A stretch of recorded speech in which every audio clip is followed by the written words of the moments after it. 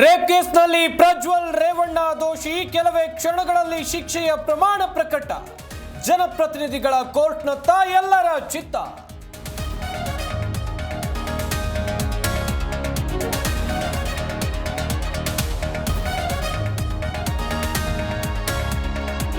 ನ್ಯಾಯಾಧೀಶರ ಆಗಮನಕ್ಕಾಗಿ ಕಾಯ್ತಿರೋ ವಕೀಲರು, ತೀರ್ಪು ಕೇಳೋಕೆ ಕೋರ್ಟ್ ಹಾಲ್ನಲ್ಲಿ ಕಿಕ್ಕಿರಿದು ಸೇರಿರೋ ಲಾಯರ್.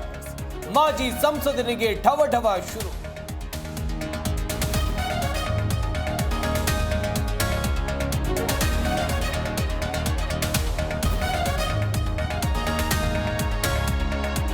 ಧರ್ಮಸ್ಥಳದಲ್ಲಿ 9ನೇ ಪಾಯಿಂಟ್ ಅಗೆತ ಅಂತ್ಯ. 9ರಲ್ಲಿ ಸಿಗದ ಅಸ್ಥಿ ಪಂಜರದ ಕುರುಹು. ದೂರುದಾರ ತೋರಿಸಿದ್ದ ಸ್ಥಳದಲ್ಲಿ ಪತ್ತೆಯಾಗದ ಅವಶೇಷ.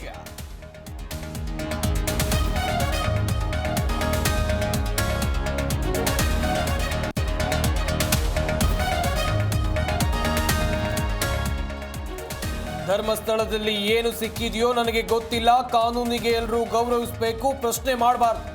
ಕೇಂದ್ರ ಸಚಿವ ವಿ ಸೋಮಣ್ಣ ಹೇಳಿಕೆ.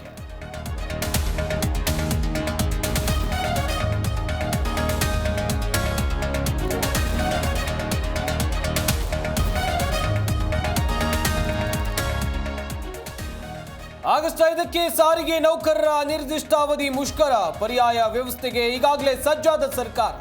ಖಾಸಗಿ ಬಸ್ ಮಾಲೀಕರ ಸಂಘಟನೆ ಜೊತೆ ಮೀಟಿಂಗ್.